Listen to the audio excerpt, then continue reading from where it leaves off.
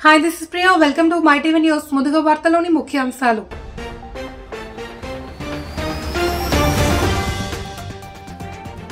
విశాఖ ఉక్కు పరిశ్రమకు ప్యాకేజీపై కేంద్రం నుండి అధికార ప్రకటన విడుదల. వివరాలు తెలిపిన కేంద్ర మంత్రి అశ్విని వైష్ణవ్. ముఖ్యమంత్రి చంద్రబాబు అధ్యక్షతన ఏపీ కేబినెట్ సమావేశ వివరాలను వెల్లడించిన మంత్రి పార్థసారథి.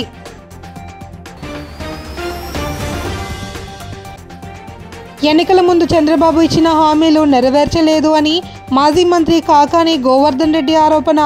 వైఎస్ జగన్ పాలనలో ఏపీ వృద్ధి రేటు గణనీయంగా పెరిగింది అని వెల్లడి. కేంద్ర ప్రభుత్వం విశాఖ ఉక్కు పరిశ్రమకు భారీ ఉద్దీపన ప్యాకేజ్ ఇవ్వాలి అని గురువారం కేంద్ర కేబినెట్ సమావేశంలో నిర్ణయించినది తెలిసిందే. ఈ క్రమంలో కేంద్ర ప్రభుత్వం విశాఖ ఉక్కు పరిశ్రమకు ప్యాకేజీపై అధికారికంగా ప్రకటన చేసింది. కేంద్ర మంత్రి అశ్విని వైష్ణవ్కు దీనికి సంబంధించిన ప్రకటన విడుదల చేశారు. విశాఖ ఉక్కు పరిశ్రమ కేంద్రం 11,440 కోట్ల ప్యాకేజీ ఇస్తున్నట్లు ప్రకటనలో పేర్కొన్నారు. ఆ ప్యాకేజీకి కేంద్ర కేబినెట్ బేషరతుగా ఆమోదం తెలిపినట్లు అశ్విని వైష్ణవ్ వెల్లడించారు. విశాఖ స్టీల్ ప్లాంట్కు కేంద్రం ప్యాకేజీ ప్రకటించడం పట్ల కేంద్ర మంత్రి కింజరాపు రామ్మోహన్ నాయుడు హర్షం వ్యక్తం చేశారు. ప్యాకేజీ కేటాయించి ప్రధాని నరేంద్ర మోదీకి కేంద్ర ప్రభుత్వం ధన్యవాదాలు తెలుపుకుంటున్నామని వెల్లడించారు. ప్రకటించిన ప్యాకేజీలో డైరెక్ట్ ఈక్విటీ కింద 10,300 కోట్లు, షేర్ క్యాపిటల్ కింద 1,140 కోట్లు కేటాయించారని వివరించారు. ఉక్కు పరిశ్రమ నష్టాలను అధిగమించేందుకు ఈ ప్యాకేజ్ ఎంతో ఉపయోగపడుతుంది అని రామ్మోహన్ నాయుడు పేర్కొన్నారు. ఉక్కు పరిశ్రమ పూర్తి స్థాయి ఉత్పాదకతతో లాభాల బాటలో పయనించేందుకు ఈ ప్యాకేజ్ దోహదపడుతుంది అని ఆశాభావం వ్యక్తం చేశారు. माननीय प्रधानमंत्री श्री नरेंद्र मोदी जी ने RINL के रिवाइवल के लिए 11,440 करोड़ रुपए का पैकेज कल कैबिनेट की CCEA में अप्रूव किया है। ये बहुत बड़ा एक रिवाइवल पैकेज है। RINL देश के स्टील सेक्टर में एक बहुत इंपॉर्टेंट कंपनी है जो कि आंध्र प्रदेश में स्थापित है और ये यूनिकनेस है इसकी कि ये पोर्ट बेस्ड स्टील प्लांट है। इसमें जो हिस्टोरिकल प्रॉब्लम्स थी उनको सॉल्व करने के लिए फ्रेश इक्विटी इन्फ्यूजन और वर्किंग कैपिटल को प्रिफर्ड शेयर कैपिटल के हिसाब से 11,440 करोड़ रुपीस का पैकेज बना है। इससे RINL के फंक्शनिंग में इमीडिएट इंप्रूवमेंट आएगा। शुरुआत में 2 ब्लास्ट फर्नेसेस से काम स्टार्ट कर देंगे जल्दी से और अगस्त तक आते आते 3 ब्लास्ट फर्नेस से फंक्शनिंग इसकी पूरी होगी। RINL के रॉ मटेरियल के टाइप के लिए भी काम चल रहा है। NMDC से टाइप है, साथ ही साथ RINL के जो सब्सिडियरी कंपनीज है उसमें भी ध्यान देकर रॉ मटेरियल की सिक्योरिटी लाई जा रही है। ओवरऑल जो माननीय प्रधानमंत्री जी का आत्मनिर्भर भारत का बहुत बड़ा एक विजन है, उसमें RINL की एक महत्वपूर्ण भूमिका रहेगी। भारत में जिस तरह से स्टील की डिमांड बढ़ रही है उसमें RINL एक महत्वपूर्ण भूमिका निभाएगा।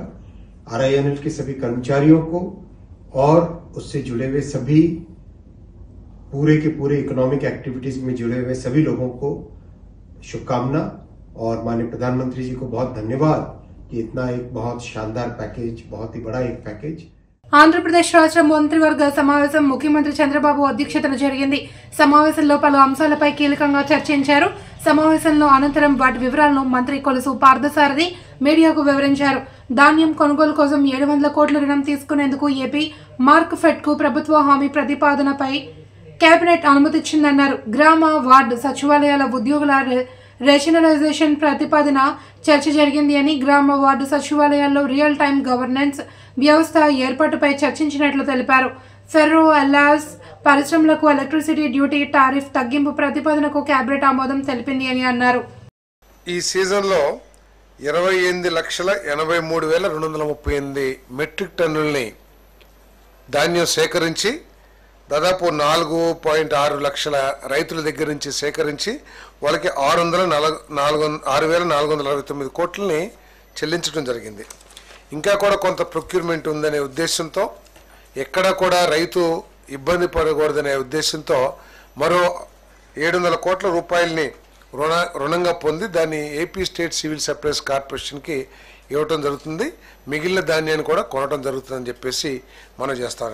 మరి చర్చ సందర్భంగా ముఖ్యమంత్రి గారు ఈ సీజన్లో ఏదైతే ఈ ధాన్య సేకరణలో ప్రత్యేకంగా మాయిశ్చర్ విషయంలో ఏదైతే సమస్యలు ఎదుర్కొన్నామో వచ్చే సీజన్లో అటువంటి సమస్యలు పునరావృతం కాకుండా ఒక ఫుల్ ప్రూఫ్ మెథడాలజీని మీరు ఎవాల్వ్ చేయాలి అని చెప్పేసి ఆదేశించడం కూడా జరిగింది. ఏదేమైనా కూడా రైతుకి ఎటువంటి అసౌకర్యం కలక్కోకుండా తను పండించిన పంటని గిట్టుబాటు ధరకి అమ్ముకునే విధంగా సౌలభ్యం ప్రభుత్వం తరఫున కల్పించాలని చెప్పేసి ఆదేశించడం కూడా జరిగిందని చెప్పేసి మనం చేస్తాం. అదేవిధంగా AP ferro alloys producers association GOMS number 26/16/11/23 ఏదైతే టారిఫ్ విద్యుత్ సుంకంలో తగ్గింపులు ఏదైతే ఇంత ముందు ఇవ్వబడ్డాయో దాన్ని మరో 6 నెలలు అంటే మార్చ్ 2025 వరకు కూడా పొడిగించమని చెప్పేసి రిక్వెస్ట్ చేస్తే ఆ ప్రతిపాదనని మంత్రిమండలికి పెట్టడం జరిగింది, దాన్ని ఆమోదించడం జరిగిందని చెప్పేసి మనం చేస్తాను. దీని మూలంగా 300 కోట్ల రూపాయలు అదనపు భారం ప్రభుత్వం మీద పడుతుంది. పడినప్పటికి కూడా దాదాపు 30-40 వేల మందికి సంబంధించిన భవిష్యత్తుకు సంబంధించిన విషయం కాబట్టి ఈ ఫెర్రో ఎలాయిస్ ఇండస్ట్రీలో దాదాపు 40,000 మంది పనిచేస్తూ ఉన్నారు. వీరి కోసం ఈ ఎంప్లాయీస్ కోసం ఈ భారాన్ని భరించడానికి సిద్ధపడిందని చెప్పేసి మనం చేస్తాను. విజన్ 2047 పేరుతో చంద్రబాబు డ్రామాలు ఆడుతున్నారు అని మాజీ మంత్రి కాకాని గోవర్ధన్ రెడ్డి మండిపడ్డారు. ఇలాంటి ఆటలు ఆడడం ఆయనకు కొత్తేమీ కాదన్నారు. చంద్రబాబు ఎన్నికల ముందు ఇష్టం వచ్చినట్లు హామీలు ఇస్తారు అని, తీరా అధికారంలోకి వచ్చాక మేనిఫెస్టోను పక్కన పెట్టేస్తారని విమర్శించారు. వృద్ధి రేటు విషయంలో చంద్రబాబు చెప్పిన అబద్ధాలను కాకాని తిప్పికొట్టారు. తాడేపల్లిలోని పార్టీ కేంద్ర కార్యాలయంలో ఆయన మీడియాతో మాట్లాడారు. వైఎస్ జగన్ పాలనలో దేశం కంటే ఆంధ్రప్రదేశ్ వృద్ధి రేటు గణనీయంగా పెరిగింది అని, ఎవరు విధ్వంసకారులు ఎవరు నిర్మాణాత్మకంగా పాలించారో గణాంకాలే చెబుతాయని అన్నారు. సృష్టిస్తాడు, వాటిని తీసుకెళ్లి జనంలో ఏ విధంగా ఓట్లు దండుకోవాలనేటువంటి దాని మీద దృష్టి పెట్టి ఓట్లు దండుకుంటాడు. అధికారంలోకి వచ్చిన తర్వాత ప్రజలకి ఏదో ఒక విధంగా మాయమాటలు చెప్పి మభ్యపెట్టి మొండి చేయి చూపించడం అనేటువంటిది చంద్రబాబు నాయుడికి వెనతో పెట్టినటువంటి విద్య. అందుకనే ఈరోజు మరలా తనంత గొప్పవాడు, తనంత మేధావి, ఈ దేశంలో నేడు అనేని డప్పాలు కొట్టుకునేటువంటి కార్యక్రమానికి అన్నమయ్య జిల్లా Rajampet sub division assistant superintendent of police గా మనోజ్ కుమార్ హెగ్దే బాధ్యతలు స్వీకరించారు. ఈ సందర్భంగా ఆయన తన ఛాంబర్లో విలేకరులతో మాట్లాడుతూ గత డీఎస్పీల సూచనలతో శాంతి భద్రతలను పరిరక్షిస్తామని, ప్రజలు స్వేచ్ఛగా పోలీసులను ఆశ్రయించవచ్చు అని, ప్రతి ఒక్కరూ తమ సహకారం అందించాలి అని హెగ్దే కోరారు. మనోజ్ కుమార్ హెగ్దేకు డివిజన్ సిఐలు పోలీస్ సిబ్బంది అందించి సాలువా కప్పి సాదర స్వాగతం పలికారు. 2022 బ్యాచ్ ఐపీఎస్ ఆఫీసర్. కొత్తగా రాజంపేట ఎస్డిపిఓగా ఛార్జ్ తీసుకున్నాను, ఈరోజే తీసుకున్నాను. నేను నా నేటివ్ వచ్చేసి కర్ణాటక, ఉత్తర కన్నడ డిస్ట్రిక్ట్ కర్ణాటక. సో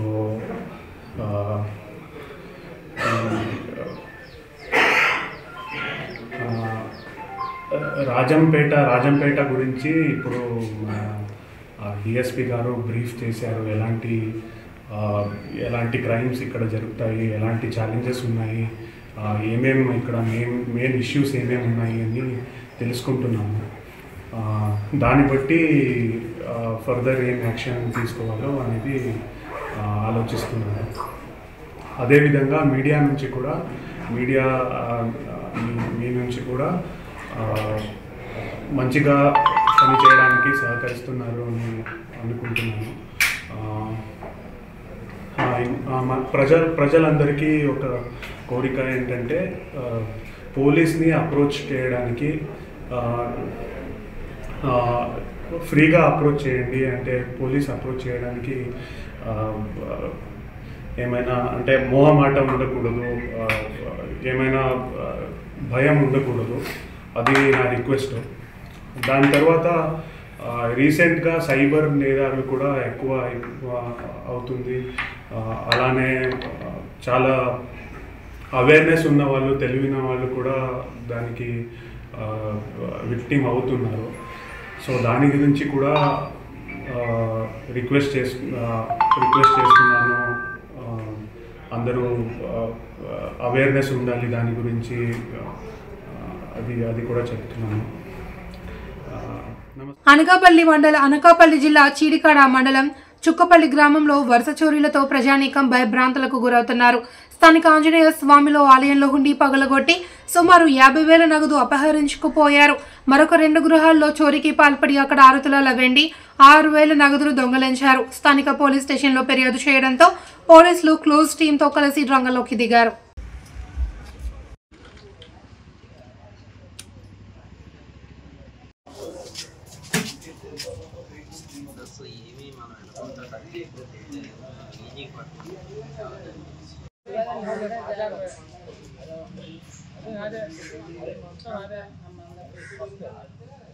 రాష్ట్రంలో కూటమి ప్రభుత్వం గడిచిన సాధారణ ఎన్నికలలో ఇచ్చిన హామీలను ఏమాత్రం నెరవేర్చకుండా డైవర్షన్ పాలిటిక్స్ నడుపుతున్నారు అని వైఎస్ఆర్ కాంగ్రెస్ పార్టీ రాష్ట్ర యువజన విభాగ అధ్యక్షుడు రాజనగరం మాజీ శాసనసభ్యుడు జక్కంపూడి రాజా విమర్శించారు.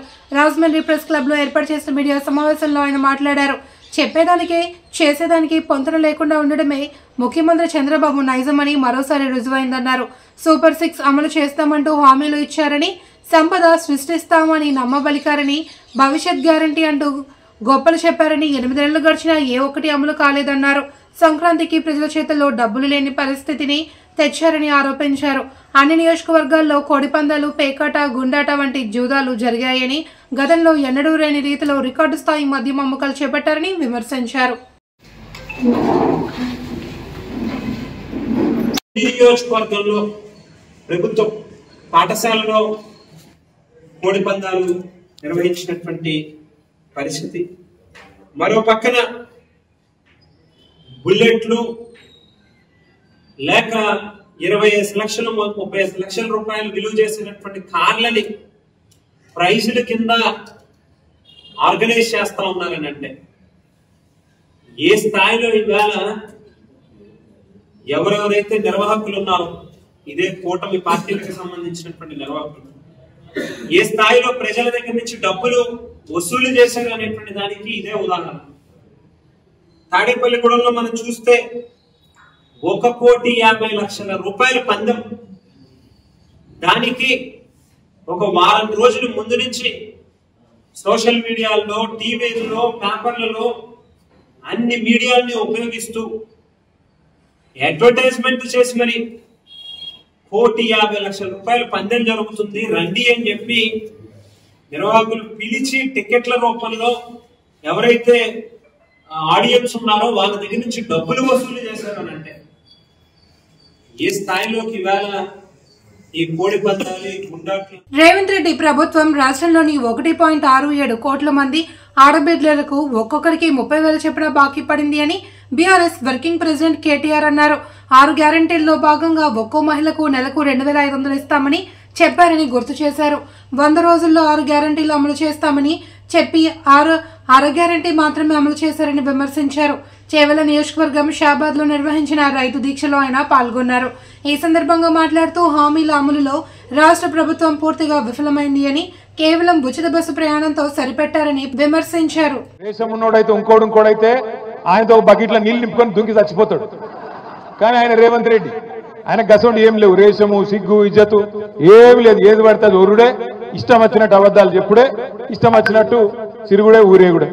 నేను ఒక్క మాట అడుగుతున్నా, ఊళ్ళే ఎవరైనా ఒక మాట ఇస్తే లేదా ఏమైనా బాకీ ఇస్తే వాడు తిరిగి ఇవ్వకపోతే మనం కేసు పెడతాం. ఏం కేసు పెడతాం? 420 కేసు పెడతాం. వీడు చీటర్ ఉన్నాడు, చీటింగ్ చేసిండు, వీడి మీద మోసం చేసిండు కాబట్టి కేసు పెట్టాలి అంటాం. మరి గిన్ని మోసాలు చేసిన కాంగ్రెస్ ప్రభుత్వం, గింతమందిని మోసం చేసిన కాంగ్రెస్ ప్రభుత్వం ఇడిచిపెడదామా? రైతులను మోసం చేసిండా లేదా? ఏం చెప్పిండు రైతులకు? ఎంబడ ఊరుకుండ్రి. కేసీఆర్ గారు 1,00,000 రూపాయలు రుణమాఫీ చేసినా, ఆ 1,00,000 మీకు వచ్చినా మీరు ఎంబడే బ్యాంకు కురుకుండ్రి, 2 లక్షల రుణం తెచ్చుకోండి, నేను వస్తున్నా, రాగానే డిసెంబర్ 9 నాడు సంతకం పెడతా అన్నాడు. పెట్టిండా? రుణమాఫీ అయిందా కాలేదా? నేను అడిగిన అసెంబ్లీలో రేవంత్ రెడ్డి గారు నిజంగా నీకు నిజాయితీ ఉంటే, నీకు చిత్తశుద్ధి ఉంటే నీ సొంత ఊరు కొండారెడ్డిపల్లెకి పోదాం, లేదా నీ సొంత నియోజకవర్గం కొడంగల్ కోదాం. ఒక్క ఊర్లోనన్నా రైతులు గిన్న రుణమాఫీ అయిందని చెప్తే రాజకీయ సన్యాసం తీసుకుంటా, రాజీనామా కాదు రాజకీయ సన్యాసం చేస్తా అని అసెంబ్లీలో రేవంత్ రెడ్డి ముఖం మీద చెప్పిన. కానీ మాట లేదు, ఉలుకు లేదు, పలుకు లేదు. రేవంత్ రెడ్డి గారికి నేను చెప్తున్నా, సరే కొడంగల్ ఓని, కొండారెడ్డిపల్లి ఓని, రాష్ట్రంలో ఏ ఊరికైనా సరే, చేవెళ్ళ నియోజకవర్గం అయినా సరే, ఏ నియోజకవర్గం అయినా సరే, డేటు, ప్లేసు, టైము మూడు ఇష్టం. ఏ ఊరికంటే ఆ ఊరికి పోదాం. ఇక నువ్వు కాకపోతే నీ మంత్రులను పంపి ఏ ఊరికన్నా పోదాం. ఒక్క ఊర్లోనన్నా గిన్న రైతులు రుణమాఫీ అయిందని 100% గిన్న రాసిస్తే మొత్తం బీఆర్ఎస్ పార్టీ నాయకులను రాజీనామా చేసి పోతామని చెప్పి. ఆర్థిక సంక్షోభం నుండి విశాఖ స్టీల్ ప్లాంట్ను రక్షించేందుకు కేంద్ర కేబినెట్ లో నిర్ణయం తీసుకున్న నేపథ్యంలో విశాఖ పశ్చిమ నియోజకవర్గం హిమాచల్ నగర్ తెలుగుదేశం పార్టీ కార్యాలయంలో ప్రభుత్వ విప్ నియోజకవర్గ శాసనసభ్యుడు గణబాబు ఆధ్వర్యంలో సంబరాలు జరుపుకున్నారు. అనంతరం ఆయన మాట్లాడుతూ విశాఖ ఉక్కు ఆంధ్రుల హక్కు నినాదానికి ఎన్డీఏ కూటమి ప్రభుత్వం కట్టుబడి ఉంది అని అన్నారు. నిధుల కేటాయింపునకు కేంద్ర కేబినెట్ ఆమోదం తెలపడం నిజంగా హర్షించదగ్గ విషయం అన్నారు. వీటన్నిటికీ సీఎం చంద్రబాబు, ఉప ముఖ్యమంత్రి పవన్ కళ్యాణ్ల కృషి ఎంతో ఉందని తెలిపారు. 63వ ward corporator, GVMC standing committee member Galla Chinna తదితరులు పాల్గొన్నారు. ఉక్కు ఆంధ్రుల హక్కు అనే నినాదాన్ని ప్రతి ఒక్క భారతీయుడు కూడా, అతి ముఖ్యంగా ఆంధ్ర రాష్ట్రంలో ప్రతి ఒక్కరూ కూడా ఆ నినాదాన్ని తీసుకోవడానికి, ఇది ఒక ప్రాంతీయ నినాదం కాదు, విశాఖపట్నంకి చెందింది కాదు. ప్రతి ఒక్క ఆంధ్రుడు కూడా 32 మంది ఎవరైతే చనిపోయిన వారి మహావీరులు వాళ్ళ జ్ఞాపకంగా ఈరోజు మనం విశాఖ స్టీల్ ప్లాంట్ని మనం నిర్మించుకొని ఆ రోజు నుంచి పోరాటాలు చేస్తూ నిలదొక్కుకొని వచ్చిన మన విశాఖ స్టీల్ ప్లాంట్కి మన ఎన్డీఏ కూటమి ప్రభుత్వం ద్వారా నిన్న ఈరోజు 10,300 కోట్లు ఈరోజు ఇచ్చినందుకు కూటమి ప్రభుత్వం ద్వారా, అతి ముఖ్యంగా మన ముఖ్యమంత్రి వర్యులు నారా చంద్రబాబు నాయుడు గారి ద్వారా, ఉప ముఖ్యమంత్రులు మన శ్రీ పవన్ కళ్యాణ్ గారి ద్వారా ఈరోజు ఎన్డీఏ కూటమి ప్రభుత్వం ఈరోజు క్యాబినెట్కి అందరికీ కూడా కృతజ్ఞతలు తెలియజేస్తుంది. ఏదైతే వెంటిలేటర్ మీద ఉంటూ ఈరోజు నడక నేర్చుకుంటున్న మన విశాఖ ఉక్కు, నాకు తెలిసి ఖచ్చితంగా నేను మనస్ఫూర్తిగా చెప్తున్నాను, మన కూటమి ప్రభుత్వం ద్వారా నిలదొక్కుంటుంది అని చెప్పేసి ఈ ఉత్సవాలకి ప్రధానమైనటువంటి కారణం స్టీల్ ప్లాంట్ పరిరక్షణ.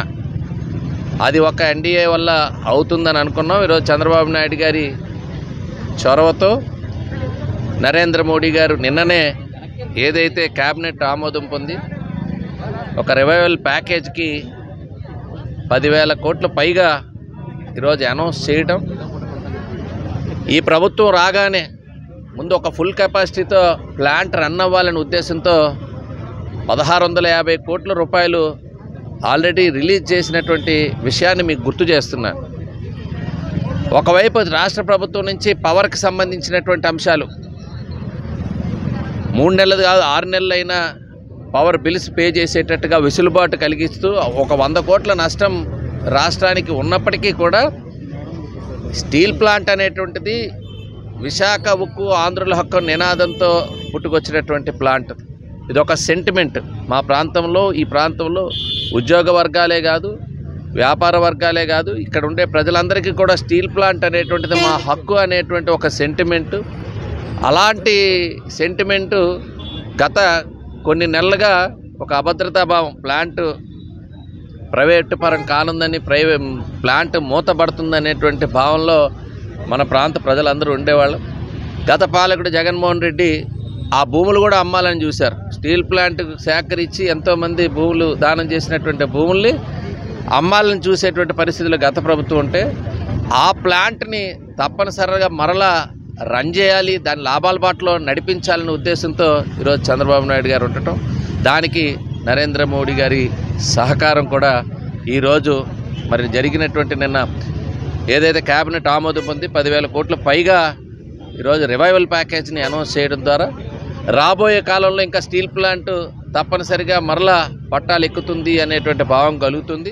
ఎన్నికల్లో ఇచ్చిన హామీని నెరవేర్చాలి అని కోరుతూ చలో విజయవాడ కార్యక్రమం చేపట్టిన వాలంటీర్లను ఎక్కడెక్కడ అడ్డుకోవడం, హౌస్ అరెస్టులు చేయడం హేయమైన చర్య అని ఏపీ ఎన్డీఏ అసోసియేషన్ రాష్ట్ర మాజీ అధ్యక్షుడు, ప్రభుత్వ మాజీ సలహాదారు నల్లమారు చంద్రశేఖర్ రెడ్డి ఆక్షేపించారు.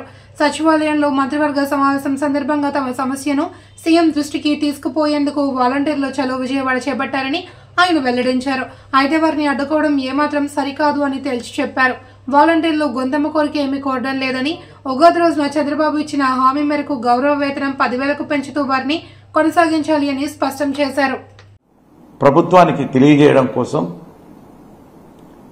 చలో విజయవాడ కార్యక్రమాన్ని ఈ రోజున చేపట్టినప్పుడు వాళ్ళని హౌస్ అరెస్ట్ చేయడం, అదేవిధంగా ఎక్కడికక్కడ ఆపి నిలుపుదల చేయడం, విజయవాడకు వచ్చిన వాళ్ళను కూడా మరి విజయవాడలో కూడా వాళ్ళని సెక్రటరియట్ వైపు పోకుండా ఆపడం అనేది చాలా హేయమైన చర్య. ఎందుకంటే ఈనాడున్నటువంటి ప్రభుత్వం మరి ఎన్నికల ముందు ఉగాది రోజున ఈనాడున్నటువంటి ముఖ్యమంత్రి ఈ వాలంటీర్ వ్యవస్థను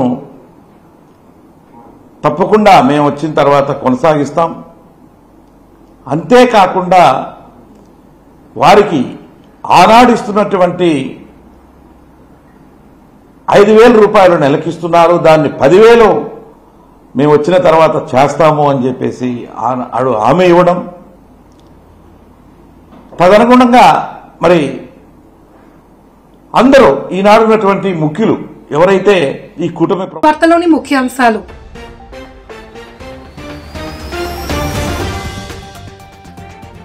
విశాఖ ఉక్కు పరిశ్రమకు ప్యాకేజీపై కేంద్రం నుండి అధికార ప్రకటన విడుదల, వివరాలు తెలిపిన కేంద్ర మంత్రి అశ్విని వైష్ణవ్.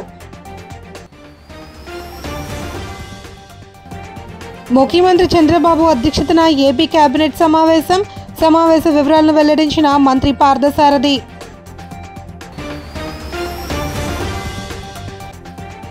ఎన్నికల ముందు చంద్రబాబు ఇచ్చిన హామీలు నెరవేర్చలేదు అని మాజీ మంత్రి కాకాని గోవర్ధన్ రెడ్డి ఆరోపణ.